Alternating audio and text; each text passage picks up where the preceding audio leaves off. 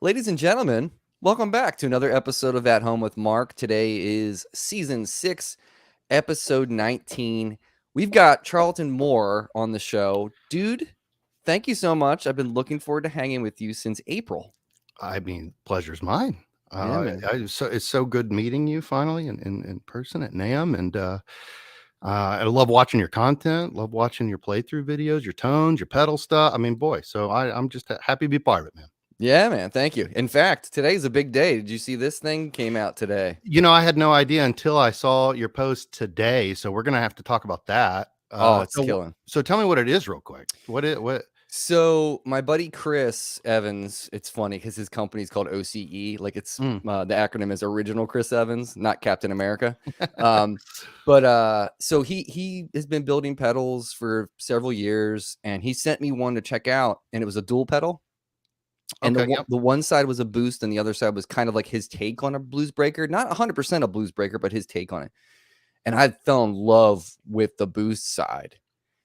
So I was like, can you just do that as a pedal? And then we got to talking. Yeah. And when he did it, it was only these two knobs. So there was no level on it.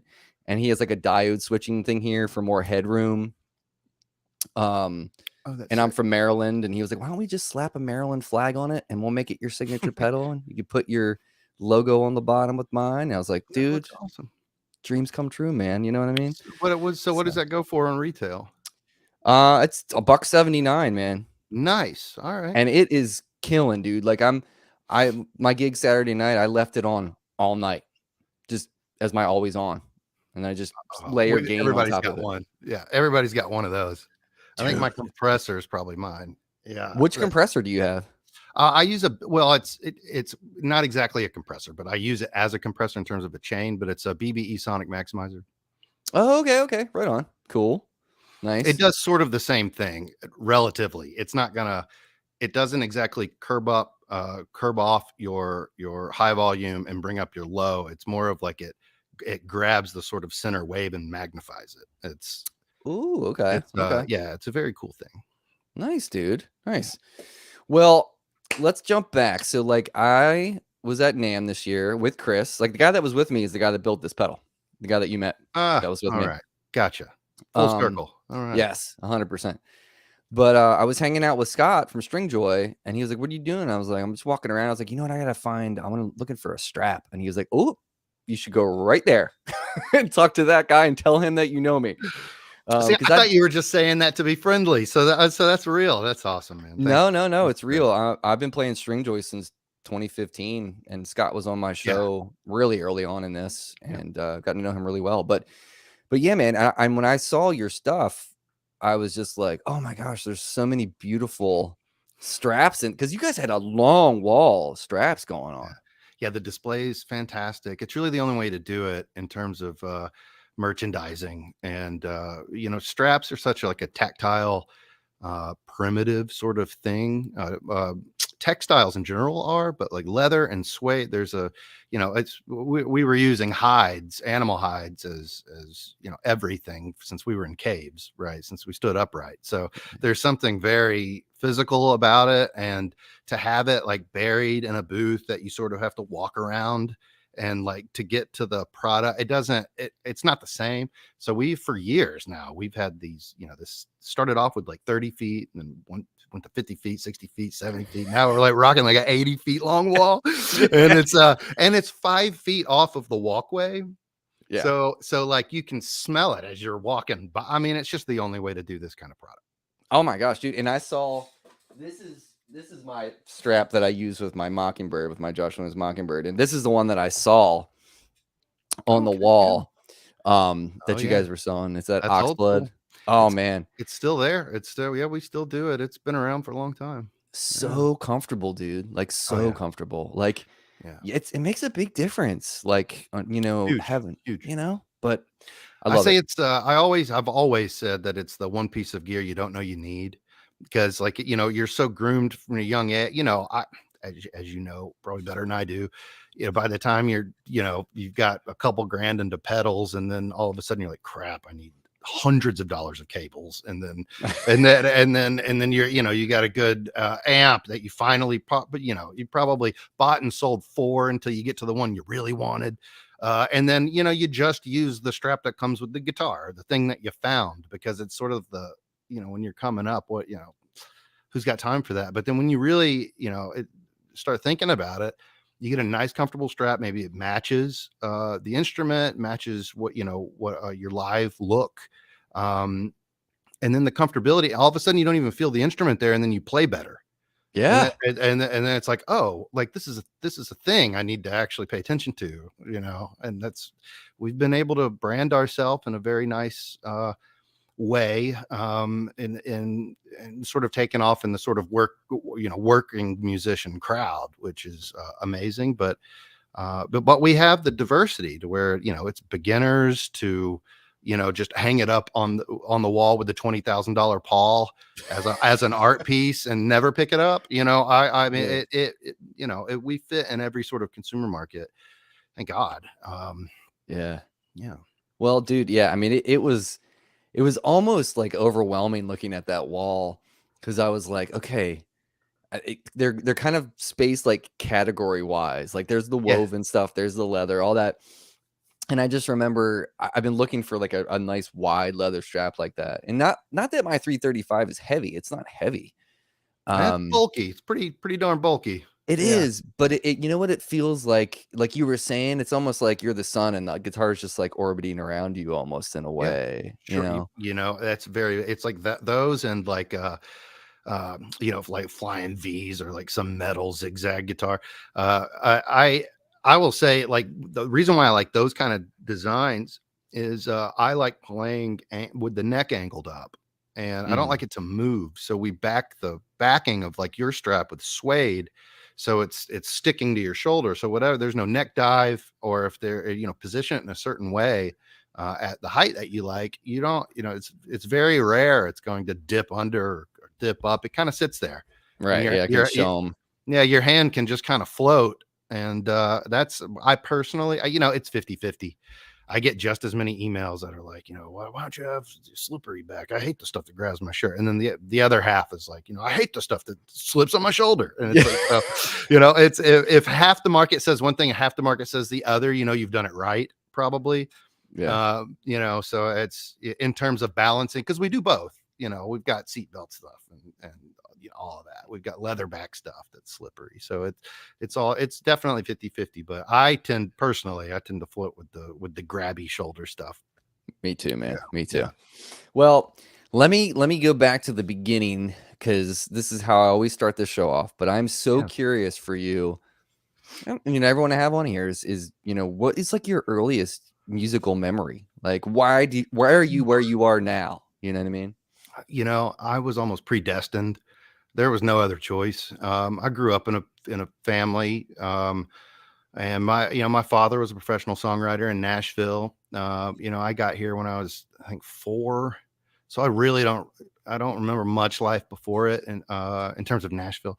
And my dad owned a family entertainment company called the Animal Band.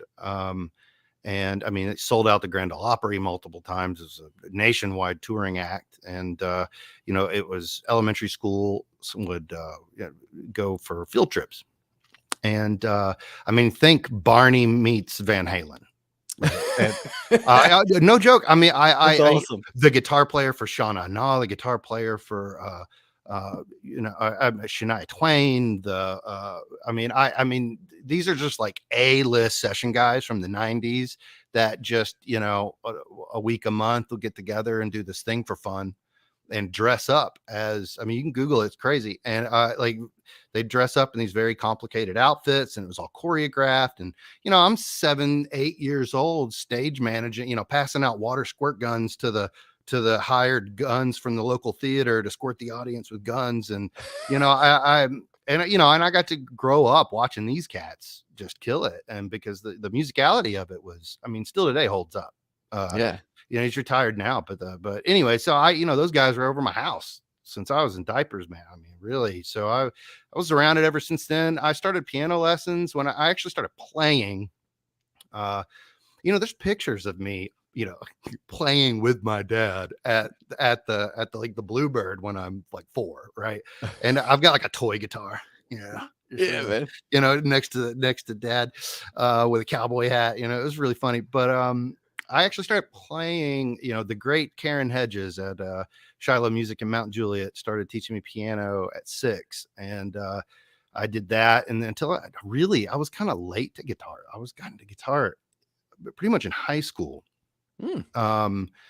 But then went on to music school at Shattuck Conservatory School of Music. It's at UTC Chattanooga. And my applied study was guitar. It was a strict conservatory, so Dr. Mario Abril, anything with pickups would be like, "Oh, you played toy guitar over weekend." And the form was off, and he's like, "You fail," and so then I got into that, and then I just spiraled out. But I would say I grew up with a family. His sister was singing in church every Sunday, and my dad was sort of the local music guy in a suburb here in suburb of Nashville. So Okay. so that's sort of the genesis. So your whole life has been spent in and around Nashville. Yeah. Oh, yeah. I mean, I have been everywhere, but honestly, man, I wouldn't choose anywhere else.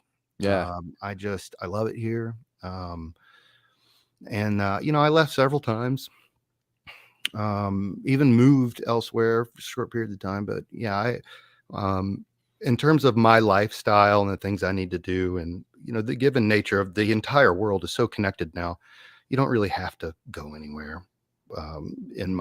In my situation. So so this is where I set up, and I love it. I wouldn't change it for the world, actually. Home is home, man. I Yeah, totally get that, dude. It'll never change. It's weird too, like when you move away, because I did that. My wife and I moved away and lived in Boston for a few years. And it gets to a point when you live somewhere for 4 years or so where things get familiar. Like your grocery store is familiar. Like the highway you use to get to places is familiar. But it never feels like the highway you grew up driving on. It never feels completely like oh, home in a for sure, way. for It's so sure. weird. It's really weird. Yeah. So when we came back to Baltimore, when our daughter was born, to be around our family and everything, Mm. I was like, 695 traffic. It's just like, Yeah, this yeah, feels yeah. like home. You know what I mean? It's totally It's different. it's something I understand. Yeah. Yeah. No, it's almost like your first guitar. Like I still have my first guitar that I learned on, and I still play it better than any other guitar I own. That's And so funny. it's kind of like it's like me in that context too. Yeah. What I was sure the first guitar? It's a 1979 Alvarez Yari. It was the last production actually made in Japan.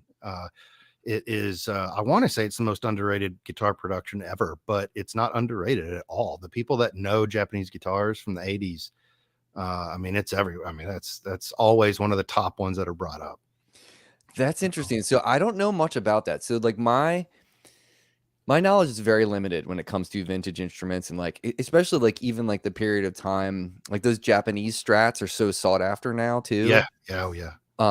My buddy had one of those. Remember like those headstocks where like it just said like Strat and it had like a Miami Vice type looking font and stuff. Like I was like, Oh, yeah. ew, what is that? But Yeah. like educate me a little bit. So like I don't know much about like that era of Well, guitar. it was a culture thing more than anything. The Japanese got like incredibly westernized, post war, obviously, but it really hiked up in terms of our pop culture. They got it, and it's still like that today. But their economy is very similar to how we were set up. How the US manufacturing was, at least. And you get into 70s and 80s, and if you didn't want an American made guitar, it was Japanese. I mean, now after the advent of the CNC machine, it's all sort of irrelevant. Mm, Now you're getting into cool marketing, and and then it's more hardware now, like who's got the noise canceling this and scooped mids that, and that kind of thing.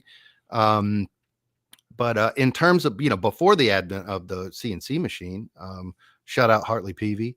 And yeah, and yeah. you like that reference? No, Oh heck yeah, dude. after the advent of the CNC machine, it's all, so you can copy and paste guitars, and Yeah. so and so it's not. you know, the little microscopic differences of like a hand cut guitar were, you know, way more prevalent back then, and the Americans and the Japanese just did it better. I mean, that's it. And still in today, you know, we have a distributor in Japan just absolutely killing it. Aria Pro guitars, you might be familiar with, but Aria is our distributor over there, and they've got just an incredible network of dealers, wonderful product catalog, and boy do they. I mean, that's what they, you know, we're in multiple countries, but they probably, you know, the Japanese value quality more than probably anyone. I mean, it's, Yeah, makes sense. yeah, I mean, it's, you know, which is why they chose Franklin Street. No, But hey, toot your horn, man, because let me tell you, toot it loud and proud. Eat that can of beans and toot it up, man, because oh man, it is dope. Like, I love the straps I have from you guys now, and like they're on all my guitars, and like, but let me ask you this. Yeah. So growing up where you grew up and being in the like geographical area and music capital of this, you know, great nation, like, what is the guitar that you played that you were like, whoa? Like, have you ever come across a guitar Yes. in Nashville that you were like, I don't even have to think about it. oh, okay, I don't even have to think about it. It's the 91 Chet Atkins SST hardbody.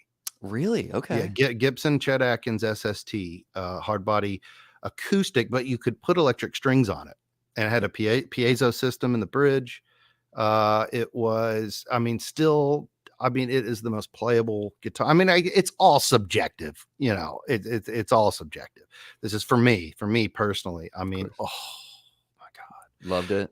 Well, I lost mine in the flood, in the Nashville flood in like, Oh in no. 2010. And now if you look up those serial numbers, they're worth like 15 grand. Oh, Yeah. dude. Oh, I'm sorry, man. it was a swift kick in the nethers. I mean, it was it was not fun. It was not Yeah, fun. dude, that's a bummer. Yeah, and as a Oh, broke live player back then, you know, I lost my only PA system with like PB wedges, and I mean, it was just, oh, it was devastating. Yeah, I dude. mean, I remember hearing about that because I had a couple friends that lived down there and lost some stuff. And it's just absolutely heartbreaking. I can't imagine if my basement flooded and I lost my instruments. Like, just because it's like a second skin, man. well, you can't come back from it really, because a lot of it's accumulated over such a time. You know, you were just in a place at that given time. You know, opportunity presented itself, and you know, it's not like every single piece of gear that you love you specifically sought after and purchased on Sweetwater. You know what I mean? Like Yeah. it's all very, you know, I wasn't at my point in my life that I am now, where like I'm as fortunate as I am to get like prototypes from manufacturers and stuff like that. So like, thank God for that. But I mean, you know, there's stuff that you get really emotionally attached to. And, you know, I had renter's insurance at the time, and they paid out 17%, I think, of what I claimed.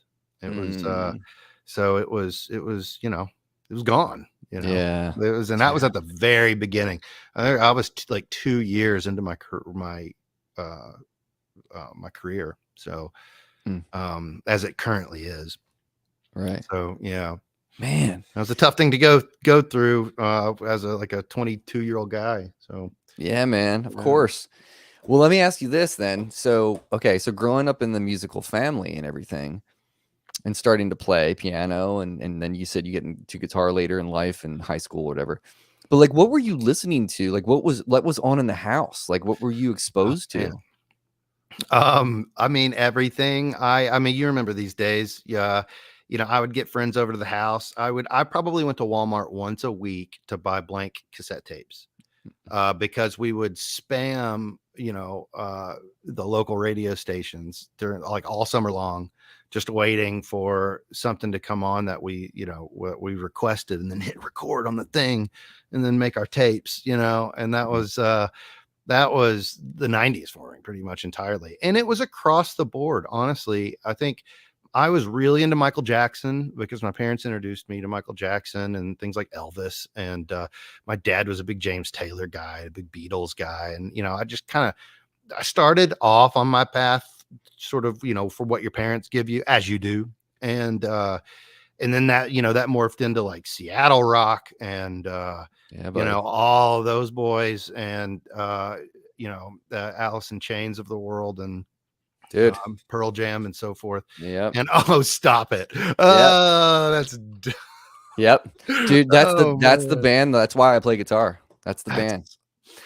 So Stevie Ray Vaughan probably is why Stevie Ray Vaughan, so if you were to narrow down my youthful inspiration, sort of high school, college inspiration, and then adult inspiration all into three, it would be in the context of guitar specifically, it'd be Stevie Ray Vaughan, John Mayer, and Pat Metheny. Yes. Probably a little John McLaughlin in there too. And ironically, I sound like neither of them. None of them at all. You can be inspired and love something and not cop everything they do. And like I'm not even a big Strat guy, and that's 2 out of 3 of those had a whole career based around Fender Strat. So it's a pretty good cocktail, though, man. It's I think it's a combination of your knowledge and your theory, and so I was really curious. I was way more, and I don't think I'm the only one like this. I've found a couple people like this. I was never the kid that was like, I need to learn that lick, or I need to figure out how to play this. Mine was always sort of the science behind it. Like, why doesn't an F sharp major work and a G major work together? And my dad's old school, first position songwriter, and he was just like, it just doesn't. And I'm just like, that's not good enough. I was like, that's not good enough. I got to know. So that's why I went to college for theory and composition. And I was way more interested in that side of it rather than the performance side. And so which led me down sort of a composer arranger route. I was always so much more interested in putting audio to video and getting all the senses, like being able to visualize and hear the emotion simultaneously. And so I was never the guy that was like, so I got into like live DVDs. That's all I ever bought. Like, Live in Montreal, Stevie Ray Vaughan was like a Bible, and Any Given Thursday from John Mayer. And, there's Live in Switzerland, Pat Metheny, Live in Montreal, the Jazz Festival, Pat Metheny. I've seen Pat Metheny live 17 times. Oh, wow. And so I'm a massive Pat Metheny fan. And he still plays a solid state, like a Roland combo amp. I mean, it's just the only way to get it. And so anyways, no, he's great. We could stay on him because it's my first introduction to him was when I was at my first undergrad program in the jazz band, and we played Across the Sky.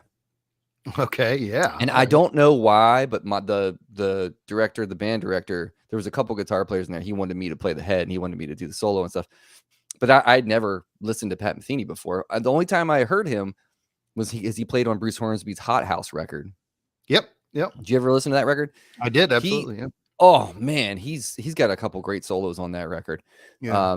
But I always thought his tone, like the attack of his notes, were so interesting. Like, that was bubbly. the one thing that That's the word. I say warm and bubbly. That's what I always say. It's really hard to mimic it. Actually, I've tried.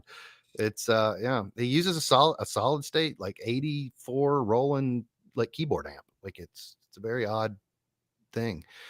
He's also like an engineer though. Like he makes, I can go down a rabbit hole with him. He's got a room of like automated machinery, like robots playing music, and he's got a whole album about it. Once you've done everything, let's get into engineering. But to me, his greatest accomplishment was the first thing he ever did, was Bright Size Life. I think he was 17 years old, and he and Jocko had the Pat Metheny group, and I did the piece, the actual song title, Bright Size Life. I arranged in a brass quartet for my senior recital in music school, and that I worked on that constantly for 2 years, just to get all the voicings right for that. And it was really an obsession. It wasn't even for the grade. I couldn't care less really about it.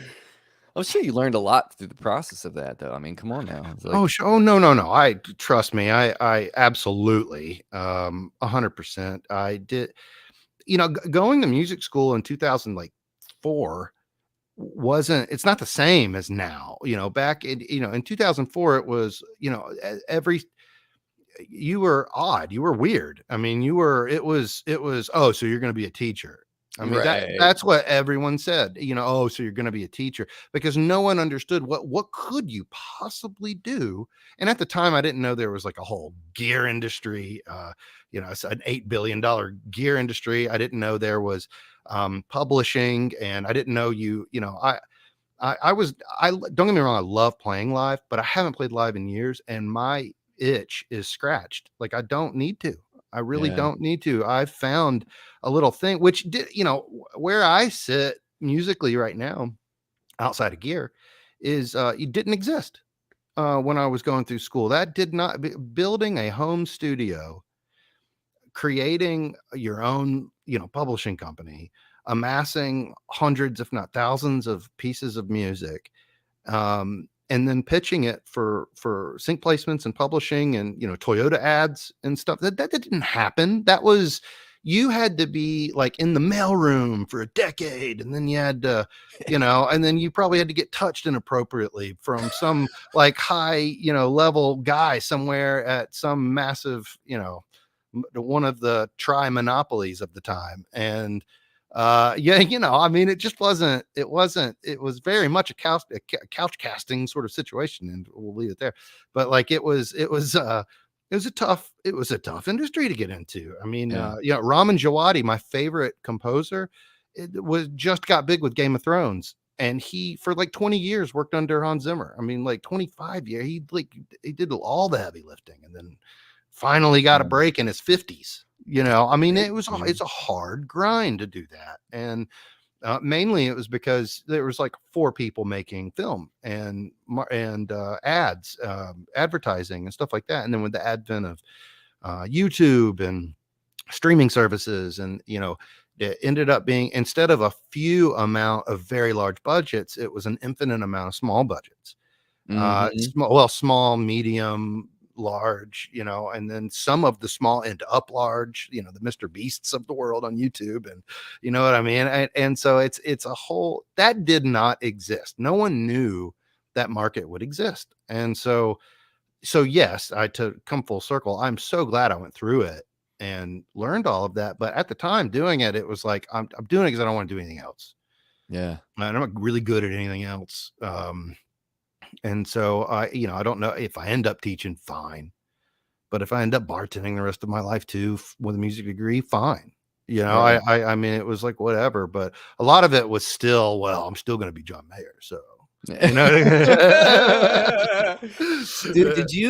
Dude, when you were in school, did you like do a bunch of orchestration and arranging classes, and like oh yeah. what were you doing there? I was like that Yeah, stuff. so theory and comp was my major, and then my applied study was guitar. And then if you go down the path of theory and comp, you also have to do piano, whether that's your applied study or not. So you did piano all the time, and thankfully I was already sort of predisposed to that, so I already knew how to read and all that. And then I think and then it was like ear training, and being able to call out intervals on the fly. And then you had some sort of ensemble, which was choir and jazz band.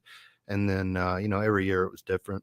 It was Yeah. there was different electives. You do music history maybe here and there, sprinkle that in. But music school, as every year is relatively, it's theory 1, then theory 2, then theory 3, then 34, and then ear training 1 and ear training 2, so it's Yeah. not, every year is the same, just way harder. Yeah. And then juries in between each one, and all of that. So it's not really, it's not like English, where you get into creative writing and Brit lit and American lit, and it's not like that. It's pretty much your ensemble, theory, ear training, and then like the 4 stages of that. Yeah. And and There's you just no parallel stepping. It's all that's right. Yeah, that's right. And yeah. it's well, and every school is different too. There's movable dose schools and there's fixed dose schools. And so I was going through a very strict conservatory, so very little electricity going on there. Right. And and that was awful MIDI. the coolest thing that we got to do was play on Finale with the worst MIDI in the world. Yeah. And but it was, you know, it was fun. I got to type in a note on staff paper or a digital staff paper, and then hear like a Nintendo brass back, you know, and that was sort of, you know, that was amazing. And then now, I mean, I can sample a crosswalk alarm, sample out 440, assign it to A, and play a symphony with it. You know what I mean? So cool. The unbelievable stuff you can do with sound design now, and it sounds so amazing, is just, boy, it's a great time to be alive and be a musician. And I mean, I just don't know where we go from here. Does it get better? I mean, it's just unbelievable. I'm almost terrified to ask that question. Dude, yeah, I mean, because like sample libraries and VSTs now are so good. Unbelievable. Like, Unbelievable. it's You don't even know. scary. You Yeah. know, I mean, you don't even know the difference. Like, it's if you're, you know, you can if it's bad, but like if you really good, if you have, I mean, I'm getting pretty major advertising placements on MIDI. That's awesome. I mean, some of the libraries I make myself, like I'll rent a cello from Shuff's Music in Franklin, and you know, play 4 different dynamics, and you know, every note in 4 octaves, and then have my own thing, and then assign it to my MIDI control just so it's unique. But you don't have to do that. Spitfire has some of the coolest stuff out there right now. I mean, there are people that are scoring short films, like good budget, like couple $1 million short films with all MIDI. That's crazy. You just don't, if you're good with automation and stuff like that, that can really set the difference between you know, a violin can't hold a note forever. Okay, the bow's got to go the other way, and it's like Right, yeah. it's little stuff like that that you just really, you know, or, you know, trumpet and B flat and that kind of thing. But you're trying to hit like a top F. It's like, come on, and you know, Yeah. there are little things where you could know, but at the same time, who cares if it's the right thing for the visual? Who cares? It's true. You know, anyways, I can go on and on being able to produce out of your home, but I mean, Well, that's what Hans Zimmer does too, doesn't he? Like, mostly does all the MIDI stuff, and then he'll bring in a soloist to like layer, like, right. from I what I think understand. he writes it all in MIDI, and then you can export the notation, and then like the last month of production, he'll go into a large orchestra, and then have them all play the notation. So he's not like handwriting notation. You can, like, I use a PreSonus Studio One. I can export all my MIDI out into actual staff Right. notes, and so and And it's pretty accurate, like articulations and stuff. It's pretty good with that stuff. yeah, I mean, there's some. It's not going to get it every time, but boy, it's. I mean, you know, there's no utopia, just trade offs. It's like, Right. I love so that. it's like, look, if I want to spend 30 minutes fixing, you know, searching and fixing a handful of mistakes, that's way better than handwriting the whole thing. I'll tell you that. You know, those days are, thank God, over. Yeah. For me. But I'll say this about like theory and knowing figuring all of that. I, it's, I'm so glad I went down that path. And I don't even want to say learn it all and then forget it, because I don't think it's mutually exclusive. I think, you know, theory is just a language and an explanation.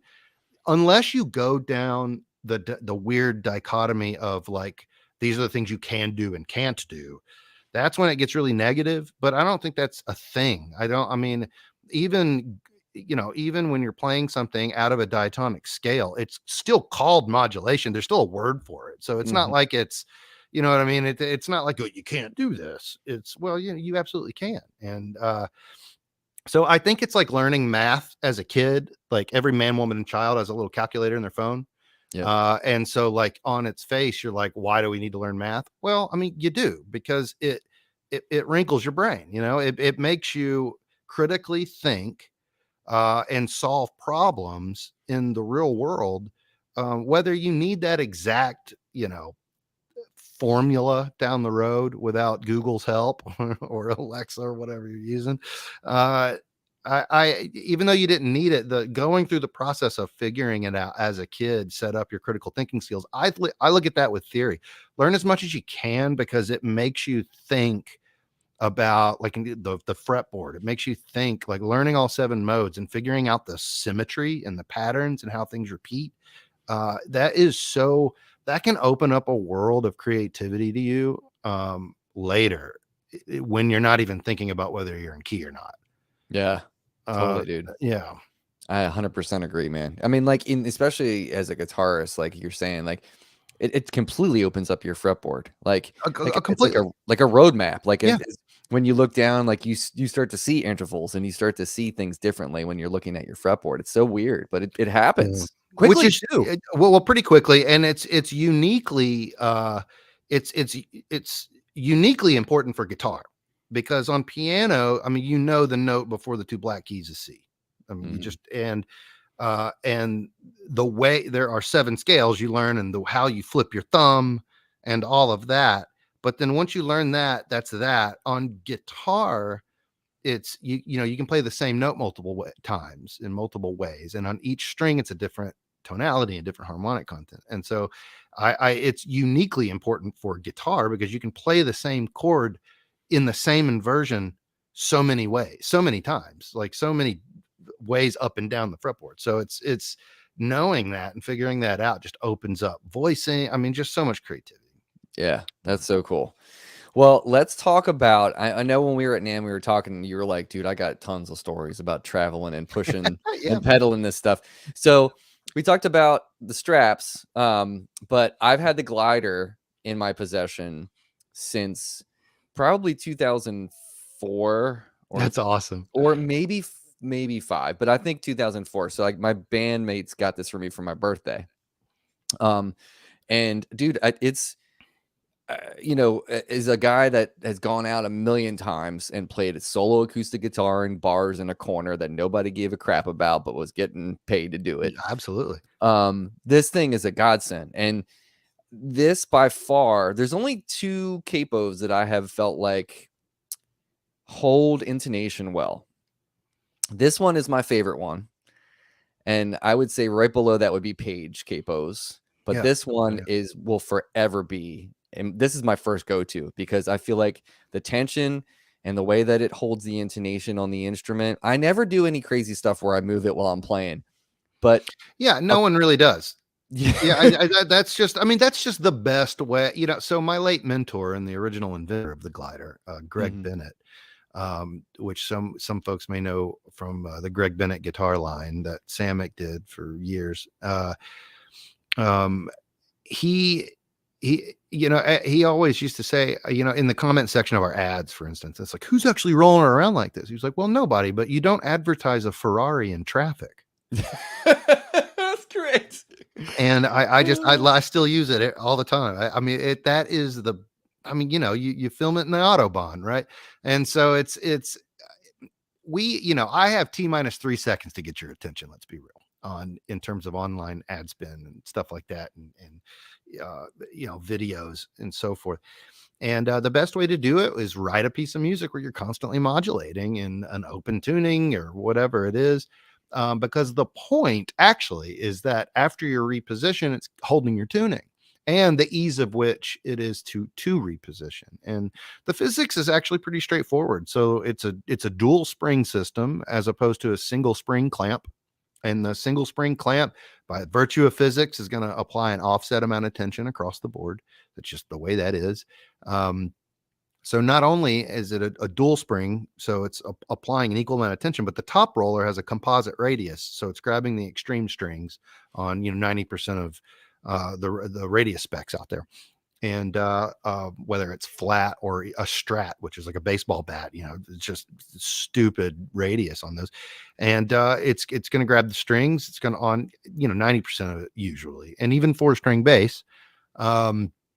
You check out Michael Manring's videos of him using the glass. I mean, it's just shocking. Anyways, because I've just recently realized that somebody was out there doing 4-string bass videos with the glider. Right. And it's just opened up a whole other, like, oh my God. That's awesome. But you know, with a traditional clamp, when you apply it, what you're doing is stretching. So most people tune their guitar, right? And then they grab after it's tuned, they grab the clamp and they apply it on the string. So what you're doing is tuning them, and then you're stretching the string when you're applying it. And then when you reposition, you remove it, which then contracts back to its natural state. And then you put it back on and then stretches again. And then we wonder why you're out of tune. Right. That's just physics. No one can fix that. Okay. There's no guitar. There's no, I would say there's no clamp capo that can, I mean, there's various degrees of people that have gotten it better and better and better and better, but that's the only design that sort of is in line with the physics of how a capo works on a guitar. Yeah.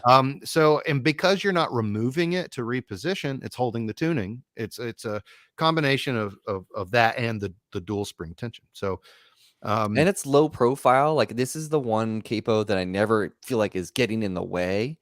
Do you know what I mean? Like, man, I get that. That's one of the big, what's cool about it is that if you are playing, if you're in the first position or something, and you're trying to play like a B7 or something like that, your hand is like on the clamp capo. Most of those clamp capos have to be on the fret wire, like just right on the other side of the fret wire, in order to hold your tuning correctly and really get a good tone with no buzzing and stuff like that. You can actually sit that back like halfway in the middle of the fret, and it still holds the same tuning of what you tune to. yeah. Which was really cool. And a big reason for that is, which a lot of people don't realize, is that most of the traditional style capos have a flat pad that's fretting the string, and which creates a 90-degree fretting. So if it's a flat pad, a flat shape that's fretting the string, is your finger flat? No, it's Right. got it's got a radius, right? Mhm. So it's just obvious, honestly. Like Yeah. the idea that this wasn't the original like capo design shocks me. Thank God it wasn't. Um, but but like, I mean, but it's sort of like duh. Yeah. And so because the top roller is a circle, a roller rather, say Mhm. circle, then it's fretting the string as similar to a nut as you can. Mhm. And so that's another reason why you can sit it back behind the fret, and it still sort of holds the tuning pretty well. It's So amazing. Not pretty well. Like, I've done that many, many a night, man. yeah, Like, yeah. so Well, I mean, the history of it's amazing. So it was invented in 1986 by Greg Bennett and a gentleman named Cornette Swaney. Um, and Greg ended up, and then they got Earl Scruggs on board to like be the sort of artist face of this of the capo, and it got bigger and bigger. Greg Bennett which is my late mentor and founder of Glider and Franklin Strap, and many others. Prairie State String. He was the president of Guitar Center for a time. He was the lead senior designer at Washburn for a long time. mm, He ran Bruno, which was an old school distributor in the Northeast. He ran Tascam Ovation. I mean, he's a really, really impressive resume. wow. He oversaw Guitar Center going public Wow. in the 90s, and then bailed out and started his own thing. And so but he bought everyone out in the early 90s and then continued it on himself. And then tragically he was diagnosed with pancreatic cancer. This was, Mm. I think it would have been actually in a week, it would be 3 years. So it'll be June, like right in the thick of COVID. Ah, Um, dude. and he passed away in like within 30 days. It was just boom, boom. And I mean, it was devastating. It really was. And Sorry to hear that, man. well, it's life. And Mhm. he made sure to tell me that he lived a very fine life and to take care of his wife, Sharon, which was like a surrogate mother to me. And so I had my best friend, Greg Lancaster. He came on 4 years before that and started and was working with us. And so he and I partnered together and bought all the brands from what was Greg Bennett Company and put it under a new corporation, Tonal Music Inc., which is where we are now. But yeah, we were talking about the come up. So I was trained and raised and groomed and taught, and I by Greg Bennett, and that's like working for Steve Jobs in tech, Yeah. and being able to hear him talk for 13 years every day was a blessing that I will appreciate to the day I die. And I'm an odd age. I am like the oldest of the millennials, and I still had I got a long extension cord for a landline for Christmas so that I can go into another room to talk to girls so my sister wouldn't screw with me. Right. So like I'm that old and like mixtape old and stuff like that. But at the same time, like I'm 36 and like, stream, and so I'm this weird age where like I'm into, all this stuff. And you are too. You same thing. I guess you would fit into X, wouldn't you, or millennial? 40, Probably 40, 40, 43. 40. Yeah, okay. Yeah. So I'm 36. You're not too far off. And Mm. so anyways, that being said, when I was coming through 08, 09, 2010, it was an odd time. The economy crashed. It was devastating. Nobody was buying guitar gear. Nobody was selling direct. Like there was no manufacturer to direct. The brick and mortar was still going pretty like full steam. There was e-commerce, but not anywhere close to the level. The eBays of the world are out there, but every single dealer didn't have a website and Reverb and stuff like that, Amazon and so forth. None of that was there. So most people were still going to brick and mortar stores. And the economy turned to the worst. I think at the time, 80% of our business was Sam Ash and Guitar Center. And wow. they like 80% of their business went away from us. And we were distributing LR bags pickups at the time and direct DIs also, and Franklin Strap and Glider. And so I'm tagging straps in the warehouse and making capos by hand, and listening to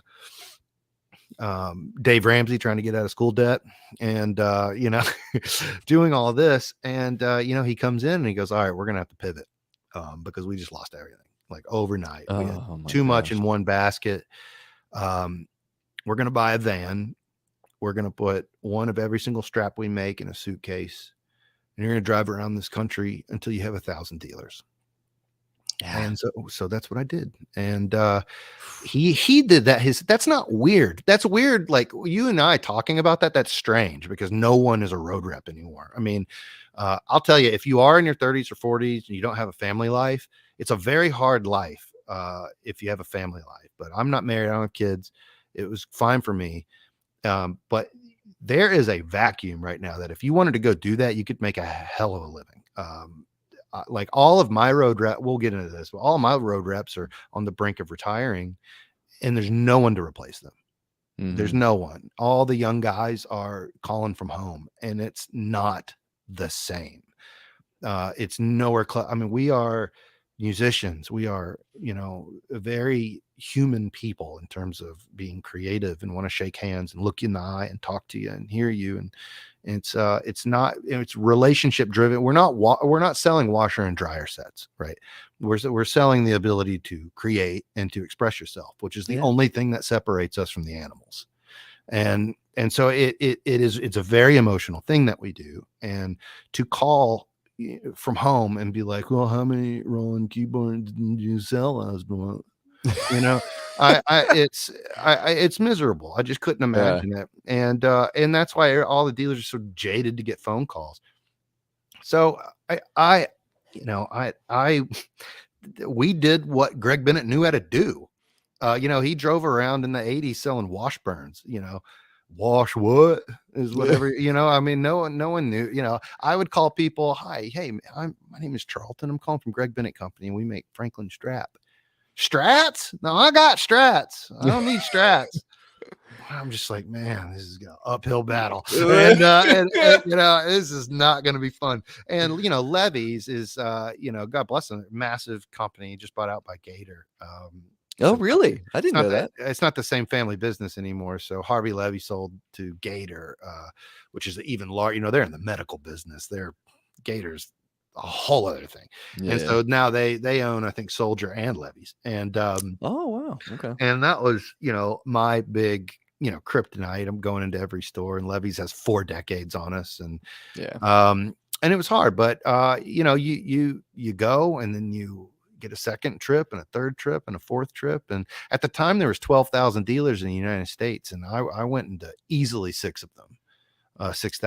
Dang, Charlton. Over 4 or 5 years or so. So you're saying, I mean, so what I would do is call about a month ahead of time, a month worth of meetings. So 3 to 5 stores a day, 5 days a week. If I can fit in a Saturday, cool. I mean, if you don't want to jump off a large bridge, you're going to want to find something cool to do on Saturday or Sunday because you're alone. I mean, for years, you know, most of your time is alone.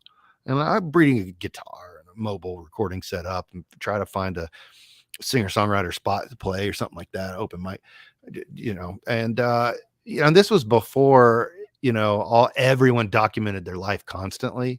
So like if I would have done that nowadays, it would have been a viral YouTube channel. But you know, you know, whatever, timing. And I can still do it. It turned out all right. It turned out all right, right? Yeah, yeah. Oh, no, we're all good. It's great. No, it just, you know, so like Greg would give me like an X amount of money a day to spend on the road, like to survive and to, you know, and so forth. And so what I did though was make sure I could make it back to Nashville for 1 to 2 days a month so I can bartend at this Marriott down the road. Because if I got one shift in, I could get really nice Marriott courtyards for $39.99. Oh, and so there's a Marriott in every, I did this very specifically. This was on purpose. So there's a Marriott brand, a Residence Inn, Marriott Fairfield, Renaissance. There's a lot of different Town Center Suites, which is another one they just made. They had made at the time it was new. It's not now. And Spring Hill Suites. I say that. Yeah. Anyways. And so there's one of those in every single zip code. And so it's like, you know, McDonald's or a Cracker Barrel down here in the South. It's going to be on every exit. And so like, so I was like, all right, I'm not staying in Motel 6s. I got to sleep well and present myself well, you know, show up, bells and whistles, donuts and coffee at my first meeting at 10 a.m., which is when most stores open. And so I made sure to make it back to Nashville 1 day a month to do this one shift on the one day that no one wanted to work it. So they let me do it. They let me do that for like 8 years. Wow. And so I saved more money on lodging than I made by 100 times to 1. But you know, I mean, it was hilarious. Everybody would, I mean, and the regulars that would come by, and it was like a one-man band thing. I was cooking, running like a room service and bartending the whole thing. And I loved it. It was a Sunday. It was the deadest night, thankfully, but it was almost half fun. I enjoyed it and did it for a long time. But the only reason I did it so I could have a really nice bed to stay in every night. Yeah. See, here's the thing, man. So, and I'm not blowing smoke right now, but when I met you, I could tell that you were a really smart guy and that you knew what you were talking about. You knew what you were doing. Like, I feel like I'm a good read of people. My whole life, I felt like this, which probably makes me good at what I do too with my job. 100%.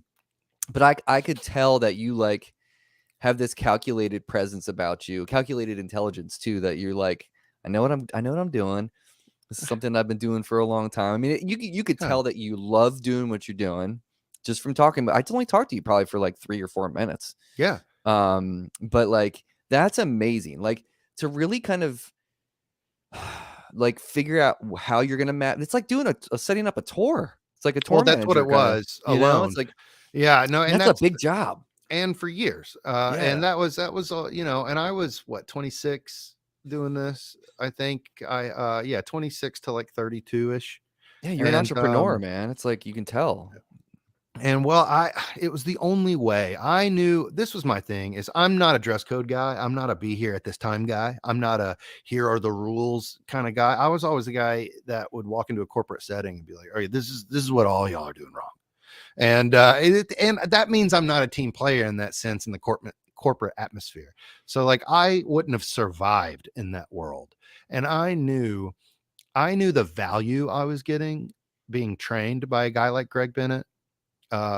With no college, he had no college degree. He had no, great upbringing and all that. But remarkably, all he did was read sales books and marketing books and design books. And completely self-made guy, and was successful at like 12 massive endeavors in his life. It's crazy. And like every single thing he did, he owned completely. And I knew, like, here's a guy I want to be, and I just want to listen to this guy, do what he says, and excuse me, and then and learn, and maybe, put my sort of younger generation twist on some of it, Mm-hmm. and that kind of thing, which I did with time once but there's no better way to figure out this world than to just shove a kid on the road and say, figure it out. And we would have exercises at the end of every day. I'd call him and be like, oh, what did that guy say? And he goes, well, in that situation, I would usually say this. And Right. we'd go and we'd play back and forth, and we were very close. It ended up being, close friends. But yeah, it went, I mean, for years. That was, I mean, I can tell you, I can tell you pretty much, any city and state. I could probably tell you at least a store. And I mean, so many, and most of them I know all their names, possibly their kids' names and their spouse. I Mm-hmm. mean, because there might have been 8,000 dealers or so. We probably got two of them. Probably one stayed on long term, Mm-hmm. which is kind of still where we sit now. But then now we have the outsourced reps that live in those areas, so we don't have to constantly. I mean, we still do better when we get out there. I want to do it more. Last year, I drove to NAMM and visited. I was like, I gotta dust the cobwebs off. I gotta get the band back together. I gotta, and so I drove to NAMM hauling a U-Haul from Nashville to Anaheim and visited 30 dealers on the way. I had a young man we're training up to be sales guy with me, and had him in the car, and I was just like, you just watch me do my thing, man, or give you a year's worth of training in a month. That's And awesome. yeah, and that was really cool. And we picked up the biggest store. Now, one of my best relationships I have is one of the most impressive stores in the entire state of Texas, and we got it off that trip. And so that was great. And so I mean, those in-person calls are there's just no substitute for it. Mm-mm. And no one's really doing it in my generation. And so Yeah. I really don't know what I'm good. Once everybody ends up, retiring, that's our rep now in all these areas, we'll probably just go to all in-house and just say, this is going to be a situation where maybe I go out 2 weeks every 6 weeks, and then I have somebody else go out 2 weeks every 6 weeks, and we kind of split it up in territories, Mm-hmm. because it's the only way. How do you sell a guitar strap with a picture to a wholesale or to a wholesale relationship? I mean, You got it's to very, feel it. you Yeah. got to feel it. It's very, very difficult. And the thing is that they're not buying $150 strap. They're, stocking their store, which is their bread and butter. Why don't I buy this? Why don't I buy that? Mm-hmm. And fair enough. I can tell you why. We're the only actual brand of guitar straps. That's the one sentence answer. Mm-hmm. And what do I mean by that? It's so, isn't just anybody with a line a brand? No, no. What is GM a brand? What is a GM? Is it an electric car? Is it a truck? Is it a van? You don't really know what it stands for, which is why it'll always need a government subsidy. Right. What is Tesla? Electric. Boom, done. What is a Ferrari? Red, 2 doors, done. You know what I mean? Those are brands. Those are things that that have a definition, something that someone can give an identity, something that you can get behind. And most strap factories out there kind of just go to textile trade shows. They buy, a football field worth of material getting blown out by a bag company or purse company or something like that, shoe company. They make a couple thousand straps, they blow it out to their dealers, and then they discontinue it, never to be seen again. And that's why they make thousands and thousands of SKUs over the course of a decade, and we've got 300 and they never change. Yeah. Because we are very defined, very specific. We have like 2 series a year that comes out. Never discontinue. If we discontinue something, it's against my will. It's because the source went under and I can't Yeah. find the material or something like that. So, and that is the genius of Greg Bennett. I can't take credit for that, but I'm thoroughly indoctrinated by him. So I understand what a brand is and why our brand has legitimacy in the market. And and with time, if that's the case, if we're the only thing with a real identity, then the people will pick up on it. And then what we see now, fast forward years worth of traveling, a new generation in charge, a lot of advertising, social media, the whole thing, NAMM show, NAMM show, NAMM show, NAMM show. Now it's not we got strats. It's, oh my God, Franklin. Yeah. Hold on. Let me get the owner, and now there's a legit consumer demand. It's a destination piece. People walk into a store and they're like, well, why don't you have Franklin? And before, it wasn't like that with strap. No one's ever walked into a store and said, where is your X strap line? Right. Because most straps aren't something people show up for. It's a thing, you're getting your slinkies and your 1/4 inch and you're like, you know what? I do need a strap, and that's all. It's not an exciting purchase. And traditionally and generally speaking, there are 100%, there are exceptions.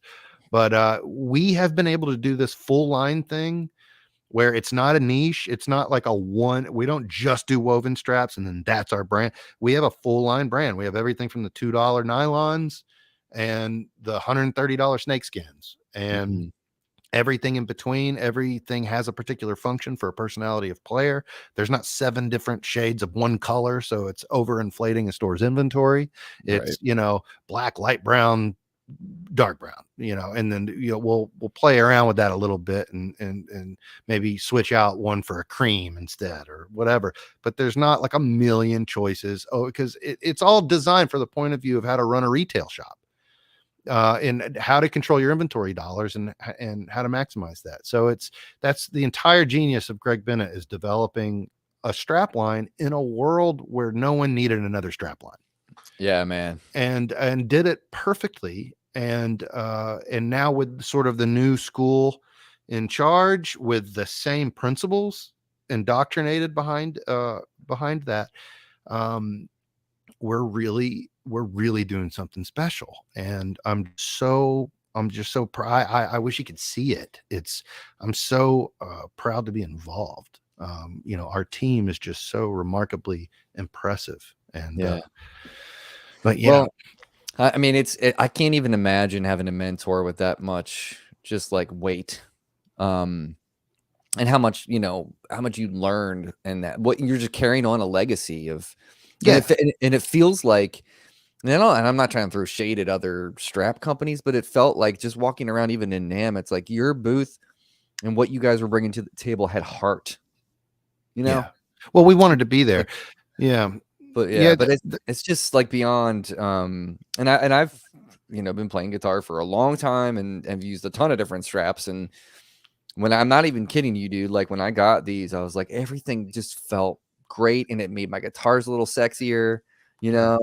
Which, let's be real, like there's a little bit of vanity in guitar playing. 100%. Yes. But it's just I don't know, man. Like I love the fact that Scott was like, go talk to those cats. Like they're another Nashville-based company. I'm like, hell yeah. Scott's the homie. Yeah. So can I real quick, briefly talk about how we got into it? So like in, I don't know, 2016, 2017, I was just browsing guitar podcasts. It might've been yours. Honestly, I don't remember. But I heard this guy talking about custom gauge strings, and I was thinking, boy, I had that idea. I was like, I'm so mad because like I was like, man, if somebody could just do strings online where there's a drop down menu and just like choose the gauge, you would blow up. I mean, you would turn the whole industry upside down. You would do what like Musician's Friend did in the early 90s. And you put a catalog online for the first time. And here's this guy talking about it. I was like, I got to know this guy. I got to know this guy. And he lives in Nashville. It's awesome. And I just emailed him one day and I was like, hey, man, I'm Charlton in-house rep for yada, yada. And I was like, I want to learn more about selling direct to the consumer. I was like, can I take you to dinner? I went by his office first. We were chatting. At first it was like, let me make you a Stringjoy strap. And then now it's and then it turned into like, I need domestic dealers. This is Scott talking. And I was like, well, I got a lot of those. I know how to do that. And I was like, I need to figure out how to sell some things direct, because Bob's House of Strings and Tunica or whatever, guy calls him and it's like, I want the vintage snakeskin Franklin. They're like, well, we've got 20 Franklins in stock. I don't have that one. I mean, what do I do? Send that guy to Levy's? I mean, I got to have some option to put online. And so, I mean, the vast majority of what we do still through our dealers. It'll never change. Everything's based on that. But we have to have something, some sort of option, some sort of third way, which is what everyone's pretty much doing now. But he kind of gave me the 101s of like lookalike ads and targeting on Facebook and figure, and that kind of thing. And then I got him into a Chinese distributor. I opened up a handful of domestic dealers for him. And now he needs no help. And so I was like, you show me yours, I'll show you mine kind of thing. Right. And it was very beneficial. And then now he's a close friend. And I was like, over NAMM, I was like, one of these days we can just merge and just become an empire, man. Yeah. I mean, it kind of makes sense in terms of like guitar accessories, Well, we're non-competing, and we set up our booths next to each other, and anyways, I don't want to go there. I shouldn't have even said that, but it would be fun. That'd be awesome. They're so wonderful. I mean, it's like great people too. I just started playing their strings because I started playing in open C because I got to know Joey Landreth and took lessons with Joey and really wanted to try to do that thing. And he was like, just get some Stringjoys because you can get them at these gauges. And then the first time I put them on my guitar and I just strummed, I was like, whoa. Yep. And the life. I feel like I get a whole week worth of life out of their strings, depending on how much I'm playing. Oh my gosh, yeah, dude. Like I used to play elixirs when I was touring. I would have elixirs on my guitar because I didn't want to have to change my strings all the time. I think these things are just doing just as well. The 100%. Yeah, and he just dropped a coated one too. So I saw that. He's competing with elixir now. Yeah, cool. He's on a whole other level now, and I couldn't be more proud of him. And that's great. And he's a Nashville staple. We love him. Heck yeah, dude. Are you is Franklin in Baltimore somewhere with some company, with some store? Because like my buddy has a store called Ryan Fowler's Guitar Experience, and he would be a great store. No, I don't know that one. No, Baltimore has always been hard. There's not that many shops, dude. That's the reason. Right. Yeah, there's not a lot going on in all of Maryland. Really. I think the closest thing is Chuck Levin. Washington Music, that's in DC, so that'd probably be the closest thing of what we would deal with. There's just not, especially, and I hate to say this, but it's true. I've talked to a handful of dealers that have been in that area that just, their windows are busted out, and they left, well, this guy he's like in a, he's right. Actually, he's very close to the Guitar Center. It's in Towson, Maryland. Oh, okay. Yeah. So outside of the city. Yeah. Okay. Yeah. But his spot is cool, man. He's got he's doing it right. He's got a bunch of boutique guitar companies, great acoustic room, great amps. Like he's doing it, he's doing what Guitar Center can't do. Well, that's what we do best. That's where we sit when, in terms of a catalog for a store, we sit in those stores best by far. Well, if you ever want to connect with him, let me know. What was the name again? What did you say? It's called Ryan Fowler's Guitar Experience. Ryan, okay, I know that name. He's a super sweetheart of a dude and great guitar player. Like he really he's into it for the right reasons.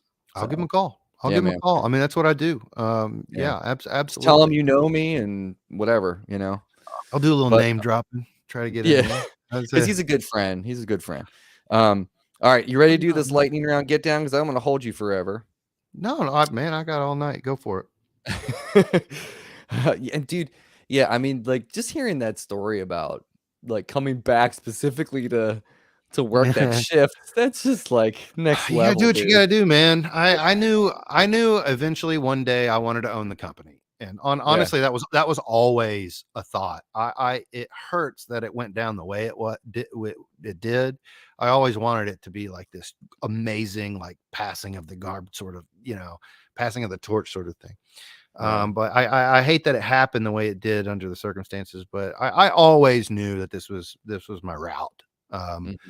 And I wanted to do other things. So I was like, why? I treated it like it was going to be mine one day, because what just underling would do all of that. I put in hours at not the greatest pay in the world. We didn't have it. The money wasn't there. We launched Ethan Hart Guitars, which was a boutique sort of metal brim, and that it was so ahead of its time. But like the same year we lost 80% of our business, we launched this guitar brand that was completely sound in its branding. The product was amazing. I still have two of them. That actually white one over my left shoulder right there, and Oh, it's a cool. Floyd. That's a Floyd style Ethan. But you can look at Ethan Hart Guitars. It's a little thing that we only made like 1,000 of them.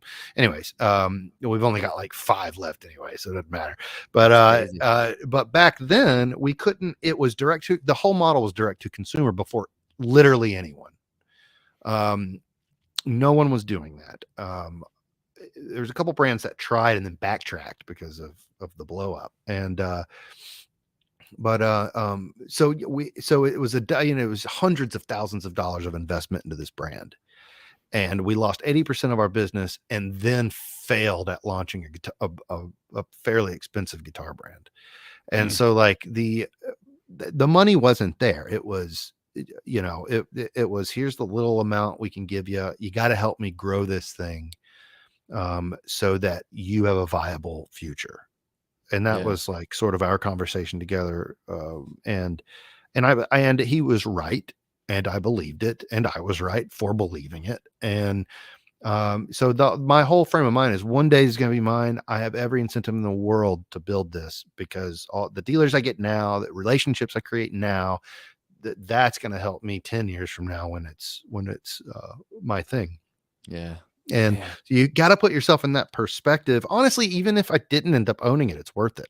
The people I would, before I bought the company, I got, 100 job offers from everywhere, Yeah. because of I'm sure. you just put yourself in front of that many people over that many years, and you're associated with a guy like Greg Bennett, it's going to come. So like all of it was worth it. But it was really just the eagerness to be good at something. Like I need to learn something Yeah, man. that's not, music theory. I need to go figure. And then, so just, by nature of that, you learn economics and business and marketing, and you meet guys like you and Yeah. Scott, and years of that go on, and you end up at the top of your game, Yeah, and man. so if you can, it's young guys out there, struggling to find your place in the world, just go get smart. It doesn't matter what you're doing. Just go read some books and get really good at a thing, get into sales, honestly, because that goes into anything. If you're good at sales, you can go do anything pretty much. Yeah. Everyone is in sales. Accounts receivable is in sales. Everything is sales. So like, go learn that skill, learn how to talk to people, learn how to communicate, not convince. That's not selling. Helping is selling.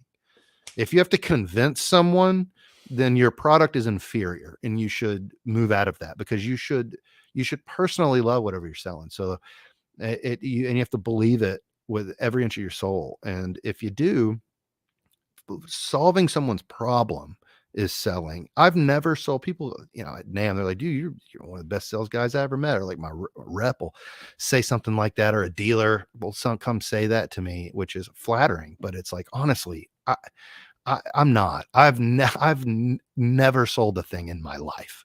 Yeah. I passionately explain the facts around something I love. And if that bleeds into you and that influences you, then as they say in the South, roll tide. But then great. But Yeah. anyway, so that's my pitch. Man. Well, it makes total sense. Just like getting to know you a little bit right now and talking to you for the few minutes I did. It's like like you said, many years of doing that and like meeting people over and over again and talking about stuff like this. I mean, it's true, man. Like you can tell you're very passionate and you believe in what you're doing. And if you didn't, Absolutely. then and then that's where the greasy salesman comes in, and that's what you don't want 100%. to happen. So Yeah. you're not. I love that line. I'm not trying to convince someone, trying to help somebody. That's amen, man. That's the only way. Woo. It's the Yeah, only way, because beautiful. if you do that, you create a customer, not a sale. Well, there's a big Mhm, difference. If you sell any idiot can sell a thing. No, mhm. that's not actual sales. What sales is creating a customer, and then that person comes to you for advice or whatever forever, because now you've Yeah, got this trust, and that's where the art of sales comes in, is creating a customer. yeah, man. That's awesome. It's awesome. All right, cool. I'm gonna put this metronome on at 112 BPM. Imagine him, I love it. Yeah, This is just, to create a little bit of stress for you, but not really. yeah. All right. So, Charlton, this is what we're gonna do. I'm gonna ask you 10 questions, right? It's like a Okay, this or that type of situation. sure. If you want to explain your answers, love it. Love to hear it. If you don't want to, just blow through them, man. Whatever you want to do. Sure. It's your world. I'm just a squirrel Don't trying to give get me you that. going. I'm a talker, bro. I don't know. Don't give me the. You might not want to Dude, give me that option. I mean, I love to give you that option. I like hearing you talk. All right, ready? Yes, sir. Lennon or McCartney? Oh goodness. McCartney. Okay. Spring or fall? Definitely fall. Okay. SG or Les Paul? Les Paul. Cake or pie? Oh, cake. Okay.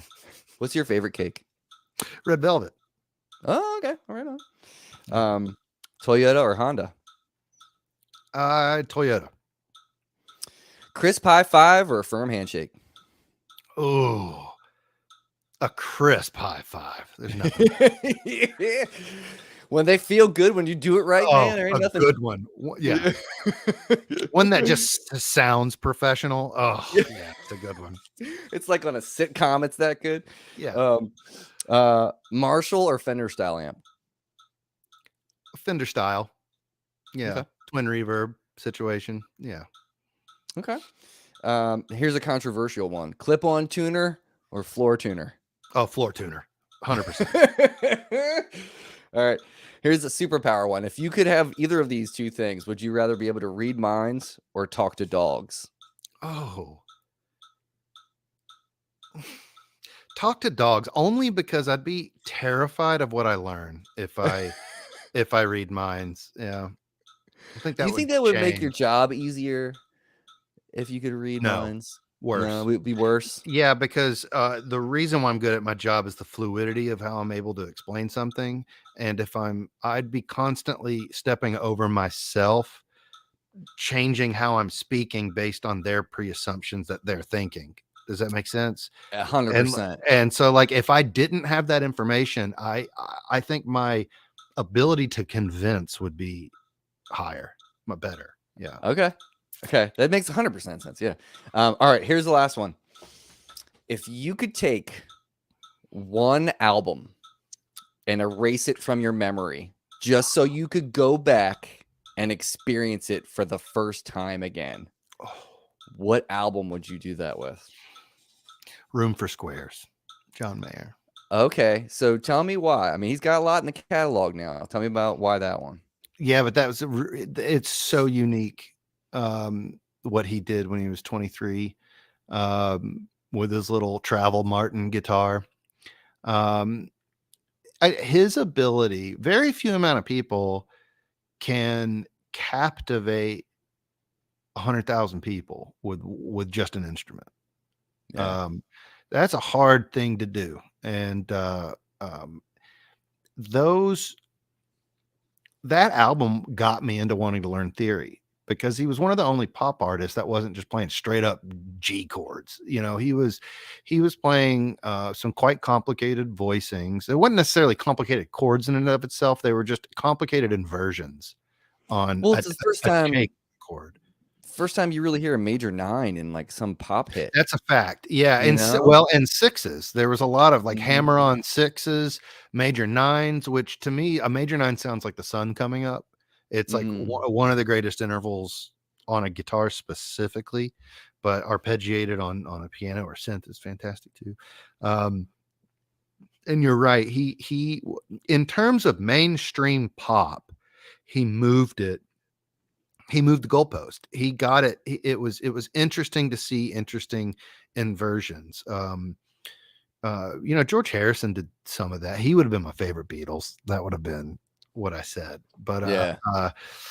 Um, it wasn't mainstream. It wasn't a thing that you hear in pop music. And so like being able to like watch his DVDs and physically see him it just captivated me because I didn't have. It's why I got into theory. I couldn't explain the chords, and no one could. No one I was around could.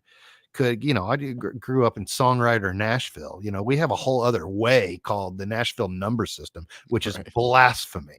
And I'll get crucified at the stake saying that down here, but I will die on that hill. It's blasphemy. And I mean, I get in fights about this, man. And I that's the kind of people I was around growing up in Nashville. Nashville number system, this Nashville number Right. system, that. And I'm like, all your numbers are wrong. All of them. Like all of them. Like literally not one of them is correct. Like it's like the only reason your one is correct is because by default everyone resolves to the one. That's everything else you're wrong. Everything you're wrong. I mean, it's just, it's ridiculous. And so are you familiar with it? What they call the Nashville number system? Of course I yeah, Okay, yeah, all yeah. right. Duh. I figured. You never know how in a bubble you are down here because I'm a nerd, man. I'm I like know. Yeah. I'm just I get into everything I possibly can. I'm a constant student Good. of everything. So I'm the same way. So I get it. But yeah, I'm sorry. Where was I going with that? It was John John Mayer. Mayer. So like being able to see him, or being able for me to ask aloud how he's doing a thing, and no one around me could actually explain it, just opened up this whole other path of curiosity for me, and it's turned me into who I am today. Honestly, That's awesome. yeah, Have you seen him live? twice, yeah. Okay. Did you see him with like the trio, or did you see the full band, or did you see him? Boy, I would have loved to see Pino Palladino and the Oh my trio. God, I didn't dude. get to see that. I would have. Boy, that would have been nice. But no, I don't think they even came here then. That live album was sick. No, I saw him at so Nashville used to have an amphitheater called Am South Amphitheater, and now it's not there. Or it's called something. No, it's not even there. Yeah. Anyways, and then I saw him again at the Bridgestone, which is our Oh yeah. big like downtown Arena. arena. Yeah. The amphitheater was phenomenal, and that was like Continuum. That was like peak. Oh dang. Yeah, that That's was awesome. peak writing. I think, but just in terms of simplicity and just guitar based music, acoustic guitar based music and song and lyricism, that's to go back to my answer to that was Room for Squares, that very first, technically his second, but really is first. Yeah. Yeah. We can consider that's his first major release. It's yeah, for sure. Well, Yeah. it had like 4 of the same songs of his first EP, so it was Right. yeah. So it is his first. Yeah. Are you into the Wood Brothers at all? Do you know about the Wood Brothers? They're based out of well, only one of the guys lives in Nashville still now, but you probably would like the Wood Brothers. Wow, They have like a cool like rootsy it's a hard way to describe it, but like really kind of like hip songwriting, great lyrics. Like the drummer, like my band came down to Nashville 2 years ago to their studio to record a song. I wanted to record a single there in their studio, and the drummer in that band produced it. But he is a monster. He plays drums and keys at the same time in that band. stop. Oh man. Like I think crazy. you should check them out, man. Like them, like they're one of my favorite bands. And then I don't know if you're into Dawes. at all, but DAWs. Oh yeah. Oh, You guys were talking about that on the last or one of your podcasts I was listening to over the weekend. I think I was like, yes, I talk about them all the time because they're just like I went to see. You know what sucks, dude? Like my family, my wife and my daughter and I went to see the Avett Brothers this past weekend, and I've seen them probably 5-6 times, something like that. And there's this beautiful venue in Northern Virginia called Wolf Trap, and it's just a gorgeous venue, amphitheater. And the show was meh. And I was like, oh no. Like, and I was like, I think I'm spoiled because DAWs just like their songwriting to me is just like the epitome of songwriting. I'm just like, maybe the Avett Brothers aren't my jam anymore. Kind of blows. Yeah, that's happened to me before. Yeah, that's tough. Yeah, getting destroyed because you're introduced to something else. Yeah, that's tough. Well, anywho, everybody, BV, thank you for moderating the chat in here and dropping these links in here. So everyone, make sure you go check out Franklin Strap. I have 3 of them. They are amazing, most comfortable straps I've ever used in my career, easily, hands down. There's the website. We got a bunch of different links here because you guys got a bunch going on. Well, and I spin a lot of plates, man. And then I own a publishing company where I work with really incredible artists here in Nashville, and do film score, hip hop, pop music. I mean, straight up rap. Even I mean, we hit sound design, selling sample packs, and that's tonal autonomy. And in fact, I'm probably not going to tonight because I got to edit a couple videos, but I actually ended up getting a pretty decent following on Twitch doing my sessions live. Oh, cool, man. I moved to, it just doesn't make sense. I have a YouTube tonal autonomy. The YouTube channel Tonal Autonomy is sort of our outlet for music production and sort of what I'm doing in terms of as a producer and composer. And I'm just switching over completely. So there's really not a lot going over there in terms of followers, but I want to grow it because we've got a handful of videos with like a lot of, I mean, it did really well. And it's like, dude, I'm way more viable over here instead of with the gamers on Twitch. So, I went over there because Kenny Beats is amazing and I love watching him. But I was like, I just think long term, I think I'm just way more viable on YouTube. So I'm starting from scratch in that area. But maybe tomorrow I'll go live because I got to mix a song for Jenny Hollis. And I got the whole setup, and it's so much fun. And a lot of times what I'll do is sit here and make loop packs live, and then if they're in the chat, they'll just hey, I want a cello in A minor at 120, and I'll just whip something up, bounce it down, wet version, dry version, and email it to whoever's asking in the chat. And then but awesome. If I'll make like 50 loops, zip it down, put it on the website for sale. So if you're folks that didn't really interest the guitar folks too much because they're sort of in that same realm, but if your interest lies in the producer world at all, then give us a sub. We'd love to see you. And so I'm kind of starting over from scratch on the tonal autonomy thing in terms of live stream. But I would prefer to give you, I'm more of a fan of YouTube, and it makes more sense. Yeah. That's awesome, man. That's great. Well, I wish you nothing but the best in that, man. I'm sure you'll make it successful because you're you. That's all.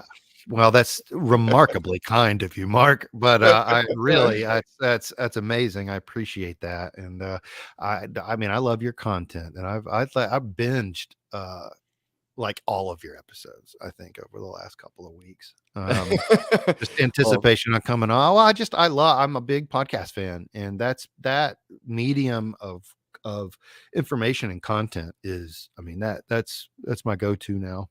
That's awesome. That's my cable TV. Heck yeah, dude.